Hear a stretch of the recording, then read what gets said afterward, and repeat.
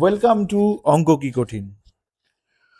আজকে আমরা ফাংশনের উপর কুইক রিভিশনটা সেরে নেব। তাহলে চলো আজকে ক্লাস শুরু করা যাক। প্রথমে ধরো দুটো সেট আছে, এ একটা সেট যাতে 1 2 3 এলিমেন্ট আছে, আর বি একটা সেট যাতে ABCD এলিমেন্ট আছে। এবার যদি এরকমভাবে সেটটা এঁকে নিই আমরা, ধরো 1 2 3, আর বিটা ধরো আঁকলাম ABCD। এবার ধরো বলা হচ্ছে 1 হচ্ছে এর সাথে কানেক্টেড, 2 হচ্ছে বি এর সাথে কানেক্টেড, আর 3 হচ্ছে এই সি এলিমেন্টটা এর সাথে কানেক্টেড। এখন একটা ফাংশন আর কিছুই না, এটা জানাবে যে একটা এলিমেন্ট এ সেটের, মানে যে কোনো একটা সেটের অন্য একটা সেট ধরো বি, তার এলিমেন্টগুলোর সাথে কি হবে কানেক্টেড। আর এই যে এ সেটটা অর্থাৎ যে স্টার্টিং সেট তাকে বলা হয় ডোমেন সেট, আর যে সেটে ডেস্টিনেশন সেট মানে যেখানে যাচ্ছে সেটাকে বলা হয় কোডোমেন সেট। আর ফাংশনকে এইভাবে লেখা হয় এফ সাজ দ্যাট এ থেকে বি সেটে যাচ্ছে, মানে ডোমেন হচ্ছে এ সেট, বি হচ্ছে codomain, Y equal to F X, যেখানে এফ এক্সটা ডিফাইন করা থাকবে নির্দিষ্ট ফর্মে। এবার ধরো এরকম দিয়েছে, ধরো একটা সেট ডোমেন থেকে 1 যাচ্ছে এতে, 1 যাচ্ছে বিতে, অর্থাৎ একটা এলিমেন্টই এতেও যাচ্ছে বিতেও যাচ্ছে, এরম কিন্তু সম্ভব নয়। অর্থাৎ যে কোনো একটা এলিমেন্টের একটা ইউনিক ইমেজ থাকতে হবে। আবার ধরো একটা দিয়েছে 1 যাচ্ছে এতে, 2ও যাচ্ছে এতে, 3ও যাচ্ছে এতে। এটা কিন্তু ওয়েল ডিফাইন্ড, যেহেতু একটা এলিমেন্টের জন্য একটা ইমেজ পাওয়া যাচ্ছে। এবার ধরো কোনো একটা ডোমেন সেটে এরকম রয়েছে, 1-এর জন্য একটা এলিমেন্ট আছে, 2-এর জন্য অন্য একটা সেটে এলিমেন্ট আছে, 3-এর জন্য কোনো এলিমেন্ট নেই, তাহলে কিন্তু এটা সম্ভব নয়, এটা ফাংশন হবে না। ফাংশনের জন্য ডোমেনের প্রতিটা এলিমেন্টের একটা ইমেজ থাকতেই হবে। এবার আমরা দেখে নেব condition of equality of two function. ধরো দুটো ফাংশন দিয়েছে এফ আর জি। এবার এই দুটো ফাংশন ইকুয়াল হবে, অর্থাৎ এফ ইকুয়াল টু জি হবে। দুটো কন্ডিশন আছে। 1 নম্বর কন্ডিশন হচ্ছে ডোমেন অফ এফ আর ডোমেন অফ জি ইকুয়াল হতে হবে। 2 নম্বর হচ্ছে for all X belongs to domain F, কিংবা এটাকেই আমরা ডোমেন জি লিখতে পারবো, F of X equal to G of X, মানে প্রতিটা এলিমেন্টের জন্য সেই এলিমেন্টের এফ ভ্যালু আর জি ভ্যালু ইকুয়াল হতে হবে, তাহলেই আমরা বলবো এফ ইকুয়াল টু জি। এবার যদি তোমাকে কোনো অঙ্কে দেয় যে এফ নট ইকুয়াল টু জি, এটা প্রমাণ করতে হবে, তাহলে এই 1 আর 2 এর মধ্যে যে কোনো একটা ভ্যালিড হচ্ছে না দেখালেই আমরা প্রমাণ করে দিতে পারবো যে এফ নট ইকুয়াল টু জি, অর্থাৎ ফাংশন দুটো সমান নয়। এরপর আমরা দেখবো ভেরিয়েবল কি আর কনস্ট্যান্ট কি। ভেরিয়েবলকে বাংলায় বলে চল, আর কনস্ট্যান্টকে বলে ধ্রুবক। চল আর কিছুই না, যে রাশি বিভিন্ন সাংখ্যমান অর্থাৎ বিভিন্ন ভ্যালু নিতে পারে তাকেই বলা হয় ভেরিয়েবল। আর কনস্ট্যান্ট ধ্রুবক মানে হচ্ছে যে রাশি কেবলমাত্র একটাই সাংখ্যমান নিতে পারবে তাকেই বলা হবে কনস্ট্যান্ট। এবার ধরো কোনো একটা সেট আছে এস, যেটা সাবসেট অফ আর। এবার এস এর এলিমেন্টগুলো যদি এরকম 1 2 3 4 এরকম হয়, এগুলোর তো প্রতিটা এলিমেন্টের একটা নির্দিষ্ট ভ্যালু আছে, তাহলে এগুলো একটা কনস্ট্যান্ট। এবার ধরো এস এর ভেতর একটা এলিমেন্ট আছে এক্স, যেটা একবার 1 নিচ্ছে, একবার 2 নিচ্ছে, একবার 3 হচ্ছে, একবার 4 হচ্ছে, অর্থাৎ এস এর প্রতি এলিমেন্টকে এক্স দিয়ে রিপ্রেজেন্ট করা যাচ্ছে, কিন্তু এক্স এর কোনো নির্দিষ্ট মান নেই। তখন এক্স কে বলা হবে ভেরিয়েবল। যেহেতু এস রিয়েল নাম্বারের সেটের সাবসেট, তাহলে এক্স নিশ্চয়ই একটা রিয়েল নাম্বার, তাহলে এক্স কে বলা হবে রিয়েল ভেরিয়েবল। ঠিক আছে, বাস্তব চল। এবার আমরা দেখব ইন্টারভ্যাল। তার আগে আমরা একটা এক্স অ্যাক্সিস আর ওয়াই অ্যাক্সিস এঁকে নিই। ঠিক আছে, এটা হচ্ছে এক্স অ্যাক্সিস, এটা হচ্ছে ওয়াই অ্যাক্সিস। এবার ধরো এক্স ইকাল টু ওয়াই পয়েন্টটা এইটা, পুরোটা X equal to A, X equal to B ধরো এই লাইনটা। এখন এই যে এক্স অ্যাক্সিসের উপর এক্স ইকাল টু এ পয়েন্টটা থেকে এক্স ইকাল টু বি পয়েন্টটা, এটাকে বলা হয় ইন্টারভ্যাল।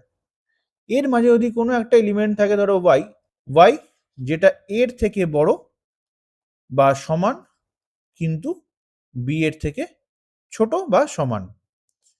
এটাকেই আমরা যদি ইন্টারভ্যালের ফর্মে লিখি y belongs to A B, এই যে থার্ড ব্র্যাকেটের মধ্যে আমরা লিখলাম এটাকে বলা হয় এ বি ক্লোজড ইন্টারভ্যাল। তার মানে কি, এই ইন্টারভ্যালের মধ্যে এক্স ইকাল টু এ পয়েন্টটা এক্স ইকাল টু বি পয়েন্টটা ঢুকে রয়েছে। কিন্তু আমরা যদি লিখি যে y belongs to first bracket A B, একে বলা হয় ওপেন ইন্টারভ্যাল। এটা মানে হচ্ছে এক্স ইকাল টু এ, এর ঠিক জাস্ট পরে যে রিয়েল নাম্বার সেই পয়েন্টটা থেকে এক্স ইকাল টু বি তার ঠিক আগে রিয়েল নাম্বার সেইটা অবধি ইন্টারভ্যালটা, মানে এক্স ইকাল টু এ আর X equal to B point দুটো বাদ দিলে যে ইন্টারভ্যালটুকু পাওয়া যাচ্ছে সেটা। এরপর যদি এই ইন্টারভ্যালটা করা হয় এ এর দিকে ক্লোজ, বি এর দিকে ওপেন, তাহলে কি বোঝাচ্ছে, সেই সব এলিমেন্ট এক্স যারা এর থেকে বড় বা সমান কিন্তু বি এর থেকে শুধু ছোট, সমানটা এক্ষেত্রে হবে না। আবার এইটা যদি বলা হয় তখন হবে এক্স সেই সব এলিমেন্ট যেগুলো এর থেকে বড় কিন্তু বি এর থেকে ছোট বা সমান, যেহেতু বি এর দিকে ক্লোজড আছে সেই জন্য ইকুয়াল টুটা আমরা নিলাম। এবার ধরো কোনো একটা ইন্টারভ্যাল দিয়েছে এ বি, এই ইন্টারভ্যালের লেন্থ কত হবে, লেন্থ আর কিছুই না বি মাইনাস এ হবে, বড় থেকে ছোটটা বিয়োগ করলেই পাওয়া যাবে। এবার ধরো কোনো একটা ইন্টারভ্যাল দেওয়া আছে এ ইনফিনিটি, এটা মানে কি এক্স সেই সব রিয়েল নাম্বার যেটা এর থেকে বড়, যেহেতু ওপেন ইন্টারভ্যাল তাই জন্য ইকুয়াল টুটা হবে না এটা, কিংবা ধরো এরাম দিয়েছে মাইনাস ইনফিনিটি থেকে বি, তাহলে কোন সেটটা হবে X belongs to R such that X less than B, B এর থেকে ছোট, তত ছোট হতেই পারে। এই দুটোকে বলা হবে ইনফাইনাইট ইন্টারভাল।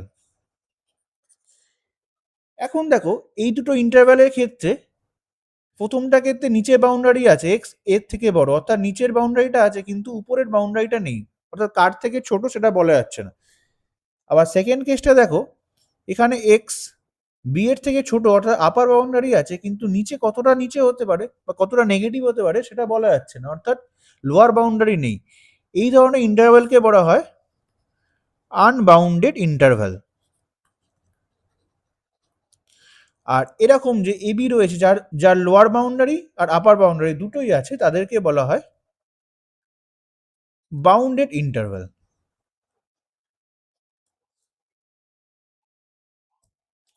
এবার আমরা দেখে নেব দুটো ফাংশনের সাম আর ডিফারেন্স কিভাবে ডিফাইন করে।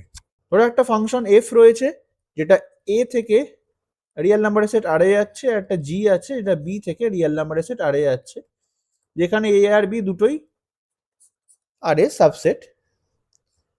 এখন এফ প্লাস জিটা কোথায় ডিফাইন হবে, এফ প্লাস জি দুটো ডোমেন কমন হতে হবে। কমন কি হতে পারে, একমাত্র এ আর বি এর ইন্টারসেকশন, যেখানে এফ এর ভ্যালুও আছে জি এর ভ্যালুও আছে, সেখান থেকে আর এ যাবে।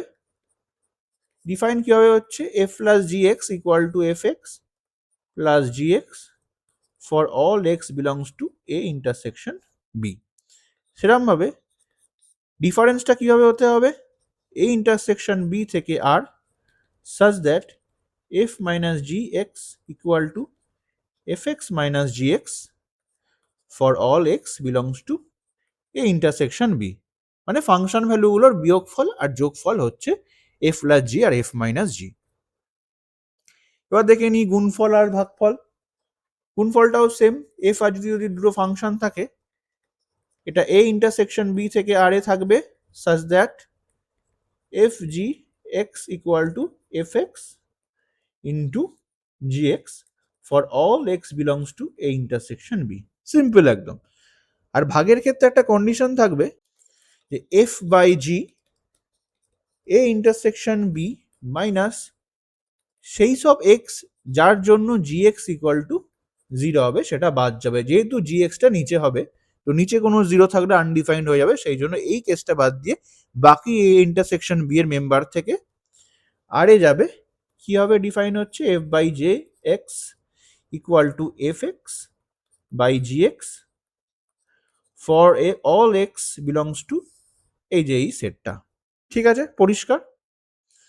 তাহলে পার্ট 1 ফাংশনের কুইক রিভিশনটা এখানেই শেষ হচ্ছে। নেক্সট ক্লাসে আমরা ফাংশনের পার্ট 2 রিভাইজ করব, যেখানে বিভিন্ন রকমের ফাংশন যেমন কনস্ট্যান্ট ফাংশন, পলিনোমিয়াল ফাংশন, তারপর even function, odd function, increasing function, decreasing function, modulus function, আরো অনেক ফাংশন সেগুলো আমরা পড়াবো। তাহলে চলো দেখা হচ্ছে নেক্সট ক্লাসে। Thank you.